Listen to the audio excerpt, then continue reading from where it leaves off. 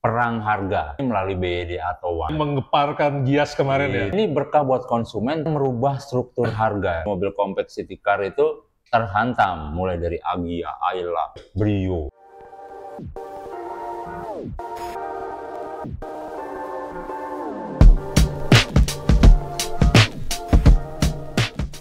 Oke, Assalamualaikum warahmatullahi wabarakatuh. Selamat datang di Ngegas Otomotif. Yes.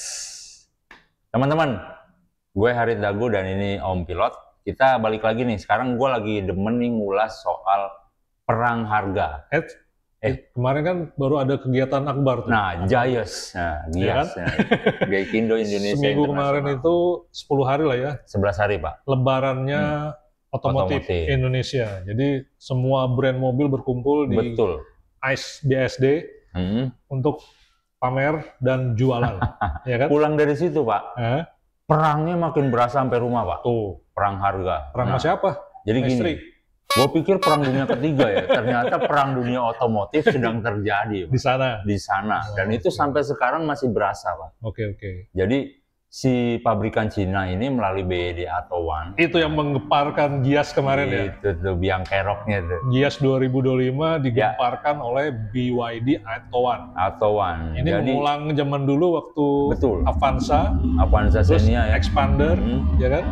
Terus yang terakhir kemarin apa? Hyundai Stargazer. Cuman ini kayaknya levelnya lebih itu dari itu ya. Lebih dari itu, Pak. Karena sekarang merubah struktur harga berkat BYD atau One. Efeknya Jadi, banyak, panjang ya. Wah, luar biasa. Jadi ibaratnya ini berkah buat konsumen tapi musibah buat industri Buat otomotif. produsen. Yes. Kenapa itu, Om? Nah, gue jelasin dulu kenapa dibilang berkah buat konsumen. Iya. Karena sekarang konsumen itu beli mobil listrik, Pak, dengan gaji UMR itu sudah bisa kebeli mobil listrik. Masa sih? That's right, Pak. Oh iya? Nice.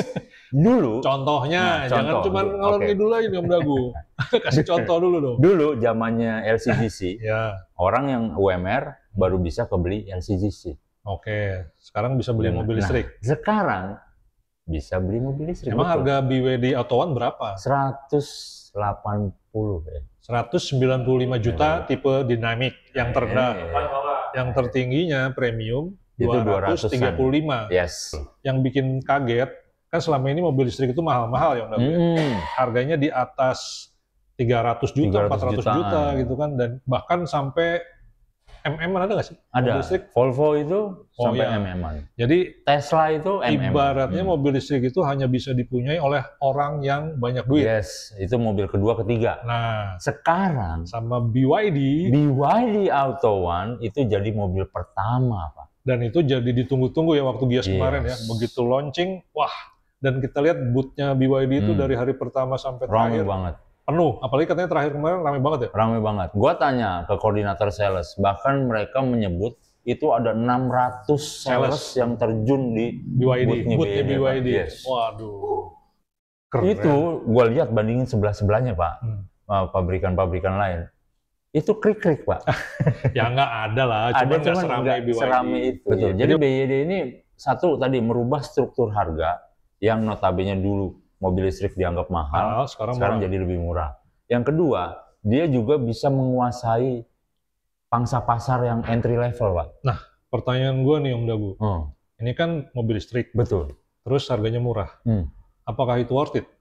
Nah, kita bahas nih ya. Speknya dulu kali kita obrolin nih, BYD atau One, ya kan? BYD. Kan ada dua tadi, Dynamic sama Premium. Nah, speknya tuh apa sih yang membedakan mereka berdua gitu kan? Kalau BYD kan udah terkenal baterainya kan, BYD baterai blade-nya itu LFP lah ya. Lithium ferrophosphate blade, dan dia kan modelnya blade gitu yang disusun jadi satu dan digabung menjadi baterai mobil listrik. Dan kita udah tahu lah, itu isunya emang bagus baterainya kan, cuman ya kita nggak tahu karena belum mengalami selama 10 tahun ya kan, karena baterainya sendiri baru tahun 2022 apa 20 gitu diproduksinya gitu kan. Nah, apalagi yang canggih dari mobil itu Om Dagu?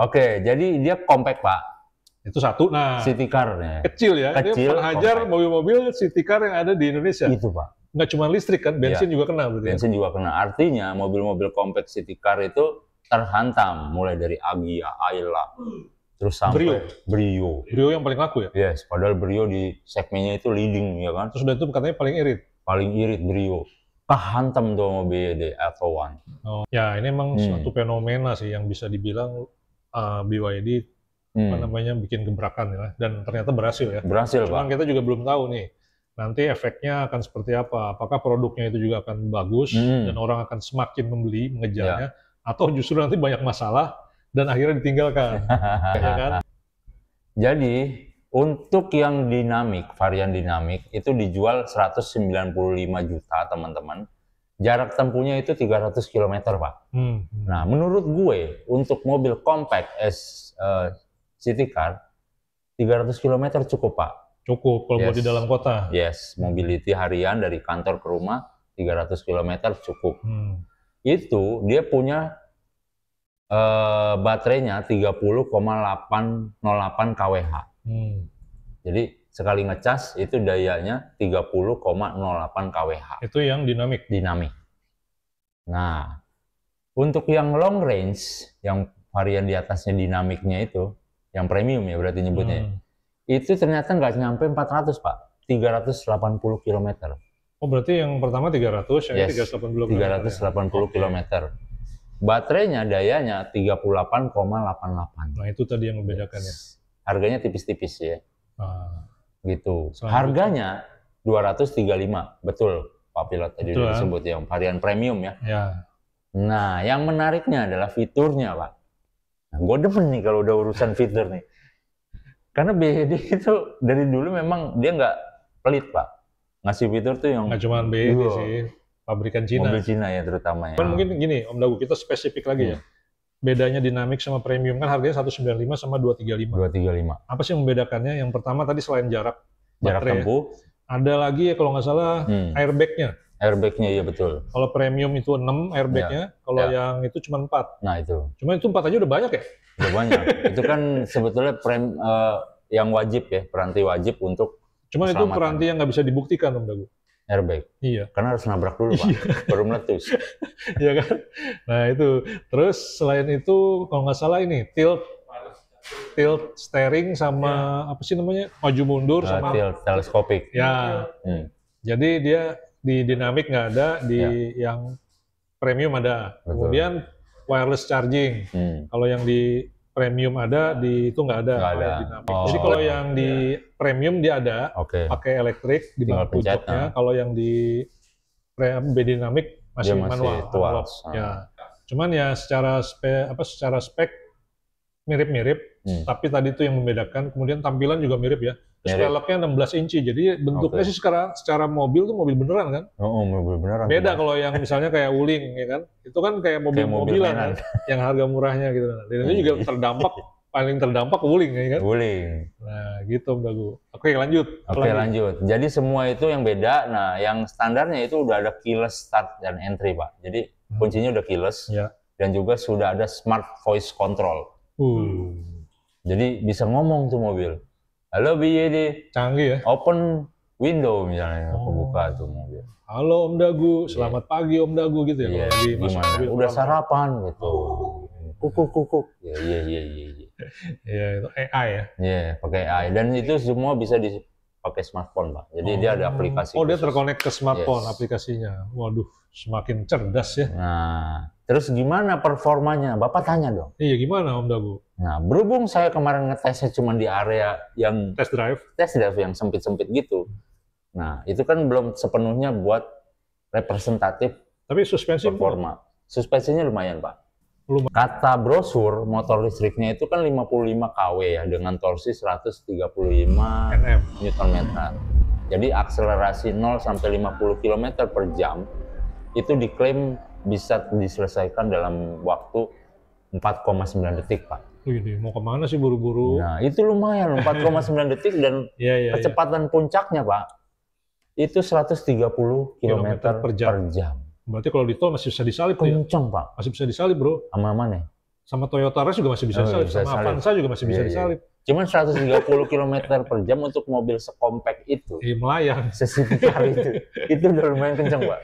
Jadi sebenarnya sih peruntukannya emang buat di dalam kota sih menurut gua. Jadi emang pengguna mobil listrik itu kan paling pas emang di dalam kota. Nah, masalahnya kan kalau yang kemarin-kemarin bentuknya gede-gede semua, baterainya panjang-panjang. Nah, kalau sekarang ini benar-benar compact dan sebelumnya emang juga udah ada, cuman ya bentuknya nggak seperti ini mobil gitu kan. Betul. Kan benar-benar mobil. Benar-benar kayak mobil ya. Iya, dan itu menghantam tadi yang mobil-mobil di luar biaya listrik pun kena juga. Nah, ngomong-ngomong soal compact tadi kita sebut gitu ya. Penasaran juga dengan dimensinya ya Pak? Berapa tuh? Nah, dimensi panjangnya itu 3,925 mm. 3,9 meter. Dan lebarnya itu 1,720 mm. Tingginya Pak, berapa tuh? 1,590 mm atau 1,5 meter. Hampir 1,6 ya. Dan yang penting pintunya 4. Pintunya 4. Kalau yang si tetangganya itu pintunya 2. Pintunya 2. Masuknya susah ya? Masuknya susah. Dan ground clearance-nya tinggi Pak. Berapa tuh? 155 mm. Waduh. 155. Tinggi lumayan. Lumayan sih. Pak. SUV aja 200. Nah, wheelbase-nya Pak 2,5 mm. Jadi itu barang si Atto One itu benar-benar kayak lu bilang tadi, mobil beneran ini. Bukan yang unyu-unyu yang ya gitu lah, fashion. Ini kayak Brio aja panjangnya cuma 3,7. Nah, lebar 1,6. Tinggi sama sih 1,5. Ya. Wheelbase 2,4. Betul. Brio ya. Berarti dia lebih panjang dibanding Brio. Iya, sedikit. Ya, sedikit lebih panjang. Karena Brio itu 3,7 kan, sedangkan si Atto One 3,9. Ya, lebarnya tadi berapa di situ? Lebarnya 1,720. Oh, ini 1,680, beda sedikit. Beda sedikit, lebih lebar si Atto One ya. Harganya ini kalau harganya Brio, ini yang ini ya Satya ya? Ya. 170 sampai 200 jutaan. Nah, si Atto One itu kan 195 sampai 235. Iya. Ya itu kalau dari sisi ininya ya, perbandingannya kita dengan Brio, karena bisa dibilang Brio ini kan termasuk yang paling laris ya. Paling laris di segmennya untuk city car LCGC. Cuman tinggal nanti berpikir aja kira-kira kebutuhannya buat apa. Tapi kebanyakan pengguna Brio ini juga buat di dalam kota kan. Di dalam kota, dan biasanya tuh mobil kedua atau mobil anaknya, mobil istrinya. Ya. Nanti bisa jadi pindah nih, geser ke mobil listrik jadinya. Bisa jadi Pak. Nah, ini balik lagi nih Pak. Dia tidak hanya menghantam Brio Pak. Ya. Dia juga menghantam REV, tadi udah disebut Wuling REV sama VinFast VF3. VF3. Ya, tapi kan itu mobilnya beda segmen kalau menurut gua ya. Kalau Wuling REV itu kan bentuknya manis banget ya. Terus kalau yang VF3 itu emang bentuknya maco sih, cuman pintunya aja yang masih cuman 2, terus belakangnya sempit. Nah itu dia. Kalau ini kan benar-benar sebagai mobil penumpang gitu, BYD Atto One. Atto One ini ya. Pintunya 4, bagasinya cukup lumayan loh. Belakangnya kan? Belakang gede juga. Iya, kalau Wuling mentok. Ini nih, bagasinya ini nih. Iya, Wuling mentok. Terus kalau si siapa? Satu lagi VF3. VF3 sama mirip-mirip. Iya. Nah itu yang maksud gua, ini yang menjadi pembeda. Tadinya awalnya mobil listrik murah itu jadi bikin kayak mainan emang, kesannya gitu kan, dengan munculnya VF3 dan REV gitu kan. Ternyata malah bikin hancur harga. Jadi turun harga. Jadi kemarin tuh Wuling REV dalam semalam Pak, begitu si Atto One itu keluar 195, dalam semalam itu manajemen gedebak-gedebuk. Oh gitu ya? Gila. Rapat belakang. Rapat belakang. Coy, sebelah udah turun bro. Oh, iya, gila. Nah, kita turunin lagi, ternyata di Gias kemarin harga Wuling REV jadi 160 juta Pak. Itu yang light ya? Yang light. Yang 200 km ya? Gua cek di website masih 180. Tapi nanti kalau ke dealer bisa lebih murah lagi tuh Om Dagu. Nah, gua tanya salesnya Pak, ini di Gias doang harganya 160, apa nanti setelah Gias harga akan tetap 160 lagi? Iya, terus katanya? Kita belum tahu Pak. Nah, mereka pasti berkelit itu harga di Gias doang. Iya sih, kemarin bilangnya begitu ya. Iya. Tapi menurut gua sih kayaknya bakal lanjut Pak, 160. Iya, karena si BYD Atto One itu akan terus harganya segitu kan. Iya. Kalau dia tetap Wuling bertahan dengan harga lama, 180 misal. Bisa keramas itu. Bisa keramas Pak. Tapi katanya juga itu kan kebijakan dealer ya, dilempar ke dealer. Dilempar ke dealer. Tapi ya. Tapi Om Dagu, padahal sebelum muncul BYD Atto One aja, Wuling itu udah jor-joran di dealer. Iya, diskonnya sampai 100 juta kan kemarin gue denger, gile ya. Gimana coba? Coba ceritain, Bapak kan dulu pernah wawancara pemilik REV ya, itu dia beli berapa Pak? Wuling REV pertama itu kan 300 jutaan awal-awal. 300 juta ya. Iya, sekarang 100 terus turun. Iya, jadi 190 juta dia atau 180 juta. Oke, sebelumnya pernah 200 dulu, Pak. 200. Pernah 250, ya. 250. Cuman kan tetap aja kalau ke dealer bisa harganya bisa lebih murah lagi. Nah, akhirnya sekarang di angka berapa tuh? 100. Di dealer 180. 180. Yes. Itu yang long range. Yang light. Oh, yang light apa? Tadi yang light 160. Iya. Berarti yang 180 yang long sekarang range. Yang long range yang 180. Ya, itu yang pro lah katanya istilahnya gitu kan. Dan kalau dibandingkan ya, ini duduk di balik joknya, di balik setir. REV atau dengan REV lebih nyaman di Etowan. Karena bentuknya mobil. Karena kalau di REV itu tinggi setirnya. Waduh. Gitu loh. Kalau menurut saya ya, tapi nggak tahu teman-teman silakan. Kan tapi secara desain atau tampilan beda emang. Kalau REV itu mungkin cocok buat yang suka klasik atau apa gitu ya. Sedangkan yang Etowan itu lebih ke apa ya namanya? Mobil harian, tampilan sporty gitu kan. Peleknya 16. Iya. Wuling peleknya berapa? Nah, itu dia tuh. Sama di kemarin gue masuk ke kabinnya BYD Etowan itu dia juga ada head unit yang udah LCD, Pak. Jadi terintegrasi. Yes. Terintegrasi sama Apple CarPlay sama Android Auto. Layar sentuhnya itu udah 10,1 inci. Nah, head unitnya itu, Pak. Iya. Maksud gue juga BYD ini dia nggak cuma bikin, misalnya kan ada monitor gede tuh buat mengatur semua fitur yang ada di dalam mobil kan, tapi dia juga menyediakan cluster di bawah. Yes. Ada tombol-tombol buat mengatur itu semua gitu loh. Yes. Jadi ibaratnya kalau LCD-nya mati, masih ada di bawah panel digital instrumennya itu ya. Kan ada yang semuanya cuma di dalam situ kan. Iya. Ya kalau mati ntar gimana? Iya itu. Ini boleh gue sebut nggak? Ion itu semuanya di monitor itu ya? Di LCD-nya. Jadi ribet Pak, nggak ada tombol fisik. Nah itu. Jadi harus begini-begini. Aduh. Kan jadi kayak pegang handphone dicari-cari dulu kan? Iya. Nah itu bahaya juga loh. Iya. Ternyata ketika kita butuh yang mendesak, dia harus scrolling. Waduh. Itu jadi PR sih sebenarnya. Nanti bisa kita tanyakan ke pakar safety ya. Fungsinya itu. Kan semua terdampak nih. Kemarin kan Om Dagu sempat di Gias bikin apa kita yang beredar. Nice. Entar dulu nih. Ini harus di-mention dulu Kopi Titan. Oh iya, kita lagi ada di mana nih Om Dagu? Kopi Titan Mamen tuh. Ini salah satu kafe di Jakarta Selatan di Tebet teman-teman. Dan dia juara banget kopi susunya ini nih. Ini nih Om Dagu. Ini kan bulan Agustus. Lagi ada diskon merdeka. Jadi, nanti buat teman-teman, kalau nggak salah nih, ada promo ya. Jadi kalau yang menyebutkan kodenya Kopi Titan 0845 ke kasirnya Kopi Titan akan dapat diskon berapa persen? 10 sampai 15% ini abangnya tuh langsung. Nanti dapat ini juga nih, yang 50%. Kalau bulan Agustus.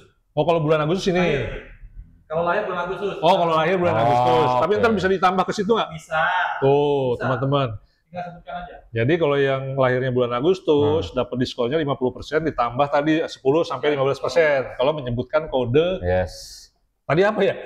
KT 08 45. Catat teman-teman. Saya aja lupa tadi. Yang namanya Agus. Buruan Gus.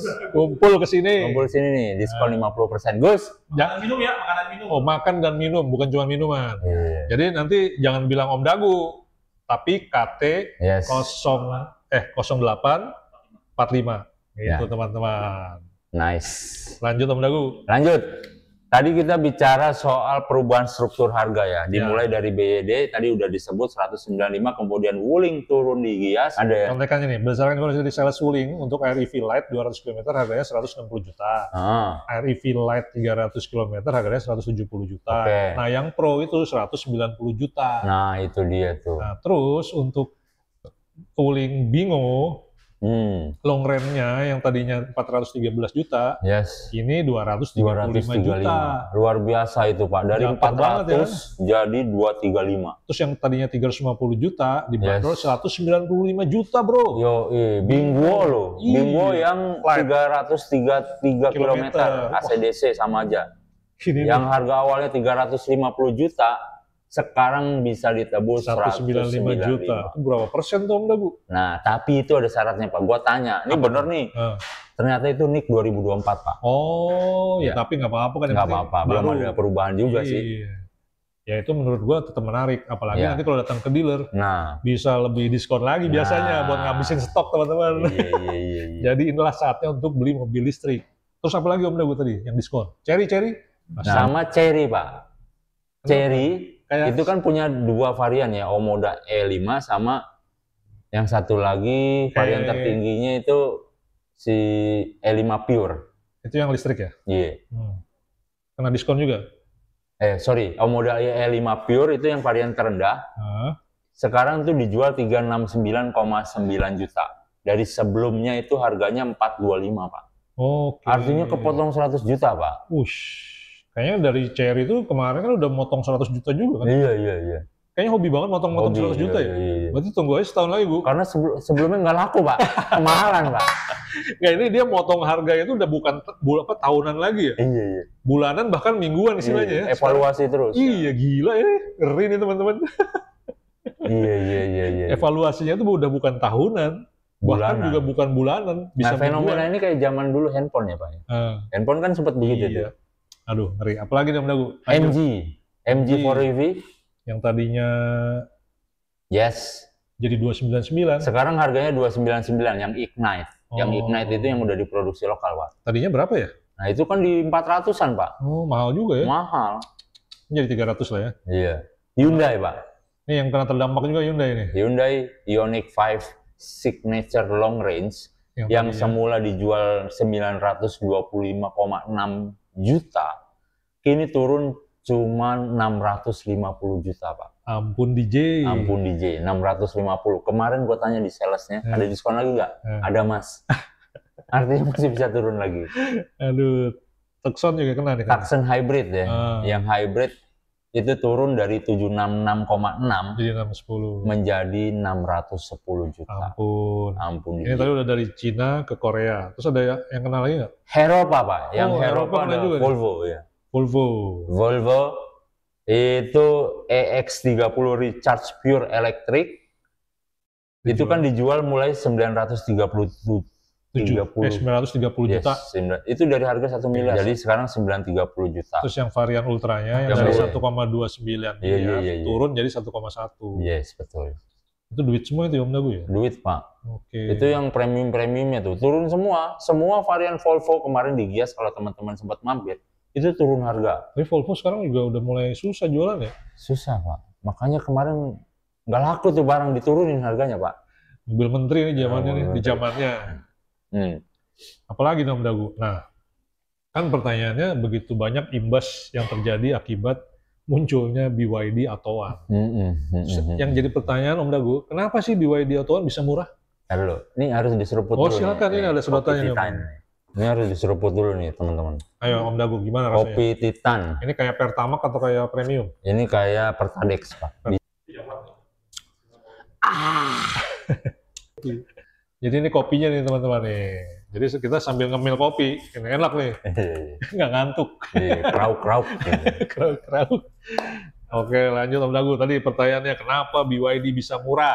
Oke, dari struktur harga BYD Attowan itu kan didatangkan CBU, Pak, dari China. Iya kan, harusnya dibuat di sini baru bisa murah. Harusnya lebih mahal ya, karena ada struktur pajak. Nah, kenapa bisa lebih murah? Ternyata dia dapat fasilitas insentif, Pak. Bukan, dia berani mengambil resiko untuk mengambil insentif itu kan? Yes, dengan kuota. Jadi misalnya dia harus berapa? Misalnya dia masukin 3.000 mobil nih, BYD Attowan. Nah, dia harus bayar, bukan bayar ya, dia harus bikin komitmen bahwa kalau nanti dia akan memproduksi sejumlah itu ya? Sejumlah itu, di pabrik Subang. Nah, kalau nanti tidak berhasil, dia harus bayar denda. Membayar selisihnya. Ya, yang tadi dimasukin itu ya? Dengan 100%.